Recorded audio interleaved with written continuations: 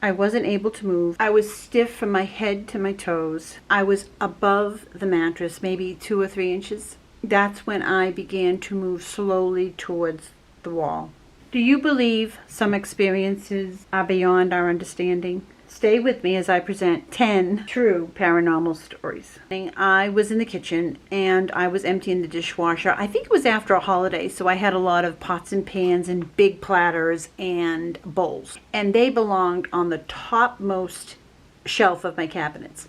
So I needed the step ladder, and I have a big safety ladder. I mean, it's pretty sturdy. I went to go grab that. I left the dishwasher open and I placed the ladder in between the oven and the dishwasher. I'm going up and down, big platter, bowl. At some point I must have twisted up my feet and I was going down. And I grabbed the ladder. I'm falling down. I said, oh, I'm gonna really hurt myself. This is it. But I didn't.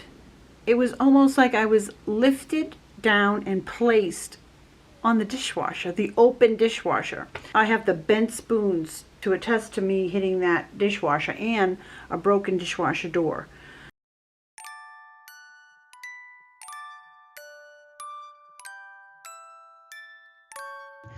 I'd have these 2 glass suspended lanterns. When I would decorate for Christmas, I would move them and put them in the storage room because I didn't want them to get broken. Lanterns were on my desk and I walked into the room and I was probably going in there for some ribbon or something like that. And I look over at the desk at the lanterns. There's 2 of them.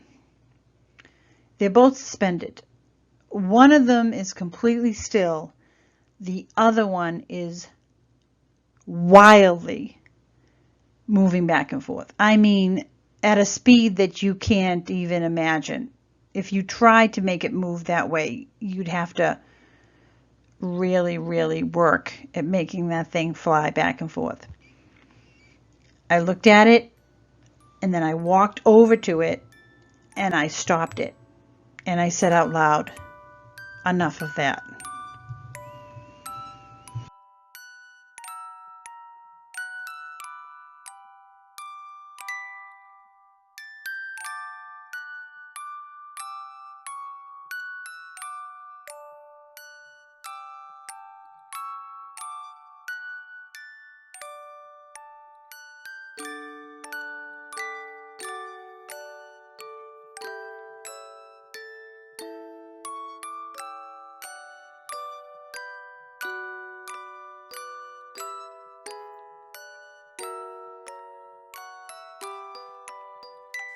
I have this music box that I keep on the windowsill in my living room.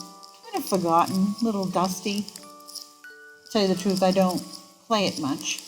But I'm in the kitchen one afternoon and I hear it playing.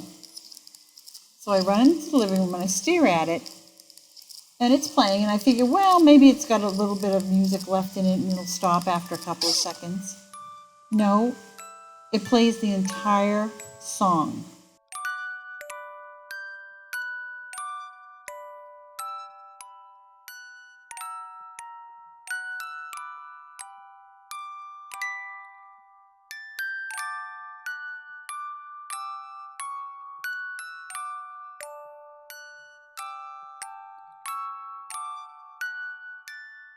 I have a aunt that died when I was quite young. She was like my favorite aunt. She loved little girls. She had 2 boys. So I think of her now and then, but I especially thought of her a couple of times when I went to check on my young babies in the cribs. I had 2 little girls. And when they were infants, I would go into their rooms in the middle of the night to check on them, as mothers do. And not all the time, but sometimes I'd smell cigarette smoke. My aunt was an avid smoker. I always want to think that she came to check on my little ones. She always wanted a little girl. She always treated me like her own.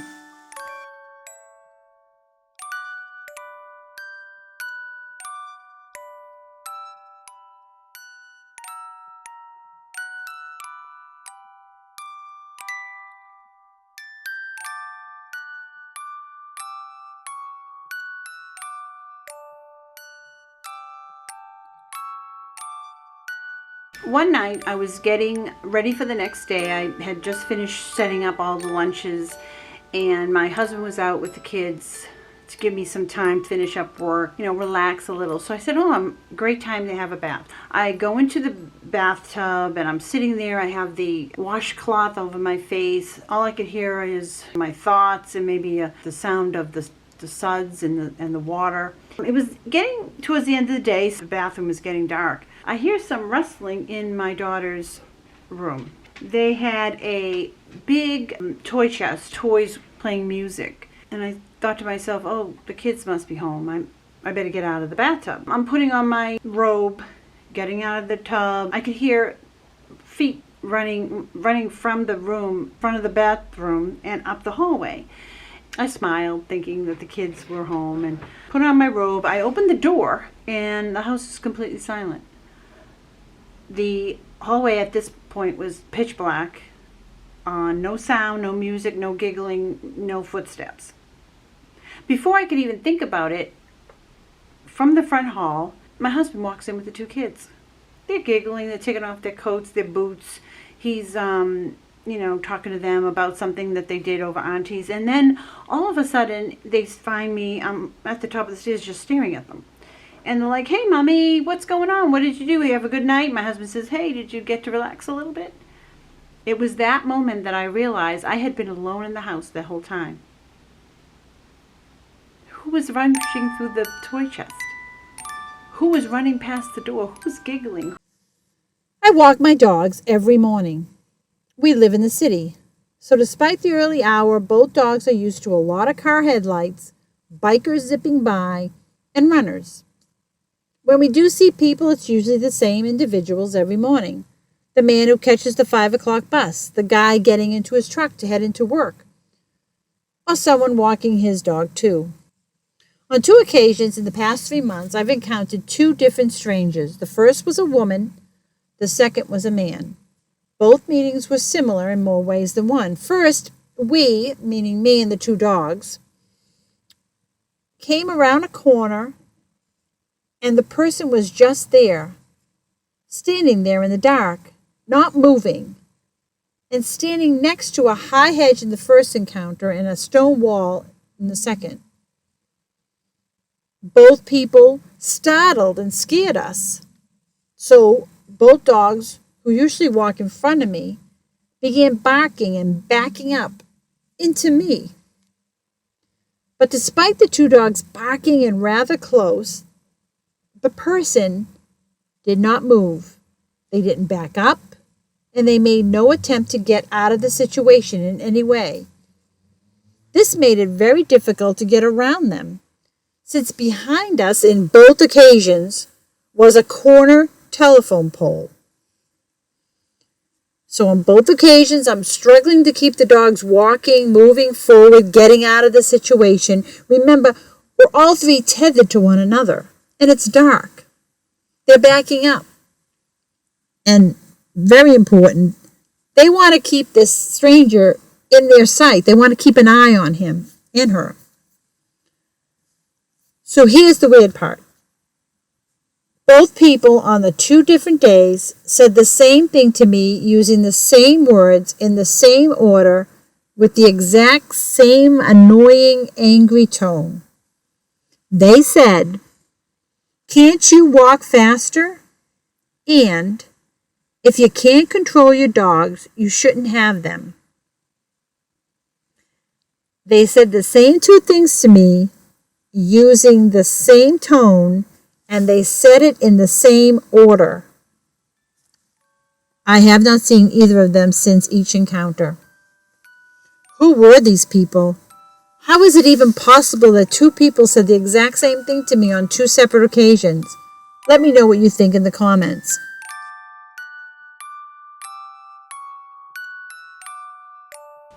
Most people who live in Massachusetts have at least one story, a ghost story, about Salem, Massachusetts. You can't take a picture without an orb showing up. It's a city filled with history. It is one of the craziest places in the world, Halloween night. This is the story of my husband and I's first date, and we spent it in Salem, Massachusetts. I thought it would be a great place to go because you could talk, you can walk, people walk. There's plenty to eat, there's plenty to see, and it's good to get to know each other because there's a lot going on. This was pre-COVID, so I was a little worried that they would be too crazy. I didn't know him, I didn't know whether he would be comfortable. There's going to be people in costumes, there's going to be music, there's going to be people drinking in the streets. So anyway, we decide to go. We drive up and we find a parking spot, which is kind of strange. We look at each other and we're like, this is weird. I mean, not that we were that late or that early. I probably think it would be about 8 o'clock that we got there. Got a parking space right near Pickering Wharf. So we decided to take the parking space and walk along Pickering Wharf, see what happens. So we get out, and again, I could tell you that our first impressions were, we're the people. It was quiet. There was people selling balloons, people in costume, but it was a Saturday night, and it was Halloween in the #1 Halloween spot in the world. Maybe it's early, because it was about maybe 9 o'clock. Maybe we were in between the families leaving and the revelers, students coming. Good time to go get something to eat. There's not a lot of people.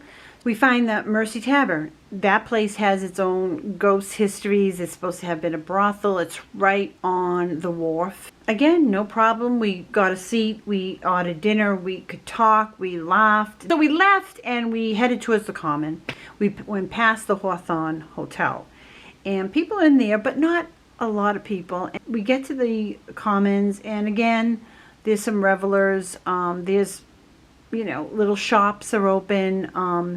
But it was weird. It was eerily quiet. We got to talk more. We talked the whole time. Honestly, when we were in the moment, we didn't really think, and we thought it was kind of weird that it was quiet, but we weren't really zoning in on that. We were kind of talking to each other more than anything else. Thinking back, it wasn't, like I said, it wasn't too late. It wasn't too early. It wasn't cold. It wasn't raining. It was beautiful. He had a short sleeve shirt on, an orange shirt, as a matter of fact. What do you think happened that night? Were we in a time glitch? I mean, did we go back to a time when Salem wasn't as busy? Tell me what you think. And hit the like button if that's ever happened to you.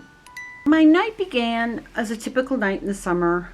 I was 6 or 7, sleeping on a twin bed, no covers. I still remember this story vividly, even though it was so long ago. I've never really added any details to it. It's always the same story. Probably was in the 2nd grade at that point.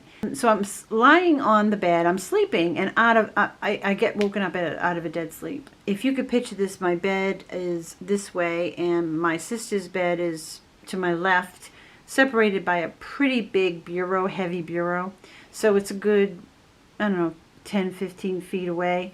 And then I was next to the bedroom door, which is to my right. We always kept the door open, dark hallway. It was late at night. And I look over, and there was this shadow coming in through the hallway. He was about 7 feet tall, I would say, because he had a kind of duck coming into the room. And he was dark. It was just like almost the absence of light. So this thing was on my right, and at that point I could pretty much move, and I could move my head and my body, and I couldn't believe what I was seeing. And he was floating in, I'd say, about 2 or 3 inches off the floor. He had it was all black, no face, no eyes, and he ended up at the foot of the bed, just standing there. It's then that he touched my toe with one of his fingers. I say fingers, but a bony appendage. And he touched my toe, my big toe, one of them, and I was out. I couldn't move. I was stiff as a board. Then, because I was stiff, he moved along the bed between the 2 beds, mine and my sister's. She didn't move this whole time, didn't acknowledge any of this that's happening. And he comes over closer to my face, closer and closer to my face, and leans into my space in front of my face. I couldn't move. I was totally frozen in this position. This entity, when he stood at the bottom of the bed, at the foot of the bed, it was so unreal because he was standing amid like my dollhouse, my toys, my books, and I could see them and I could see him in it, and I couldn't believe it was real. I think it was sleep paralysis. I've never had it since. I know people call him the Shadow Man now. I didn't call him that then. What was that thing? That thing that I encountered that night? Hit the like button if you've ever had an encounter such as this. Let me know in the comments if you believe in the Shadow Man. The dark shadow was getting closer to me, leaning in toward me, closer to my face. It was true. I was not able to move, but I never closed my eyes to the terror and to the person standing next to me. It was then that the bright blue light with a center of pulsating white appeared at the window that was at the front of the house. My bedroom window, street side, and to my left. Now, my bedroom was on the second floor, and the bright light was coming in behind the Shadow Man. The light grew, and at the core, the white light there danced and flooded my bedroom with light. I had gone from being sound asleep on my small twin bed in the hot, sticky August night to watching transfixed as a tall shadow figure floated into my room, stood at the foot of my bed, and touched me and froze me in place. The stiffness started at my toe, as I said, and quickly took over my whole body in a wave. I could not move, I could not scream. The dark thing then floated to my left side and now stood between me and the brightest light I have ever seen. Now, while the light seemed to pulsate and swirl, I almost felt like it helped me lift off the bed. And I was floating towards the wall, slowly. I floated away from the dark man and towards a window that was directly in front at my feet. This particular window overlooked a dark alley. It was an alley between two houses, the other house maybe 20 feet away. And the light that was coming in from the front window barely cut into the dark of this alley. My next clear recollection was looking down from a very high height. I felt the cooler air on my face, but I seemed like 30 feet in the air. Now, I was 30 feet above the alley, which was next to my house, between my house and the house next door, my cousin's house. And as I looked down, I could clearly see my backyard right ahead of me. I remember thinking, this is impossible. I can't see the backyard from my window. The angle was impossible. But yet here I was. I could see it all, the grass, the small patio, this round wooden picnic table.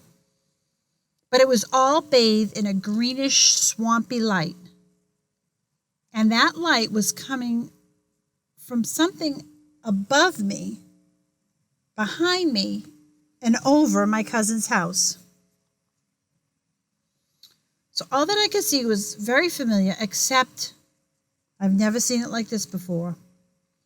I was directly above the backyard, and what I could see at this point was unthinkable. Stay with me. There in the yard, engulfed in this swampy, foggishy, greenish light, were 3 small, robed beings. I was young, and I never thought alien. I never put a name to it that night. But there was one robed being that was taller than the other 2, and I'll call him he, stood in the center. And all 3, when they moved as one. And they seemed to be very uninterested in me. It was almost as if They were used to seeing a young child suspended 30 feet above them. They did not look at me. They didn't acknowledge me. They never even looked up. They just stayed near a small patio table, huddled as one mass of moving alien flesh and robes. My night wasn't over yet. Why was I seeing a tall shadow man in my bedroom, and then 3 small beings in my backyard? What kind of experience was to come next? Let me know what you think in the comments. If you had a similar experience, please tell me about it. I was young. I never really put 2 and 2 together for it to be alien. It never came out like screaming alien when I first saw these beings. The next thing I remember is being in my bed, screaming, crying, and I was shaking, and it was like as if I was just hyperventilating. And to this day, it was the most terror-filled time that I could remember. That feeling is something that sticks with me. Even in that moment, my mom came running into the room and she hugged me, was wiping away my tears. I was a mess. She tried to calm me down. I remember her grabbing a cover. Finally, when I was catching my breath, she climbed into bed with me in this very tiny twin bed. I was trying to explain to my mom what I saw. I completely doubted that she would even moderately believe me. When everything was calming down, the room was falling into complete silence. My whimpering, all my hyperventilation just completely just subsided. That's when my mom quickly fell asleep. I was so mad. So at this point, she's asleep and I'm still awake. We were facing each other. My back was to the center of the room. Then I saw the shadow man. He floated from the hallway through the open bedroom door, 2 to 3 inches off of the floor. He ended up again at the foot of my bed and he just stopped. At this time, he didn't touch me yet. He came up behind me and touched my back very lightly. And I didn't want to turn around. He traced 3 concentric circles on my back, one inside the other. It was a big circle to a very small circle on my back. I really struggled. I just wanted to stay awake so bad. And when he completed that last circle, I was just out immediately. I fell asleep. Once a week, Sharp Edges presents Inexplicable True Stories. Sharp Edges are stories that make us question what we think we see. Do sharp edges exist between what we perceive and reality, or are those boundaries blurred? If you like true paranormal stories as much as I do, subscribe. Until next time, look out for those sharp edges.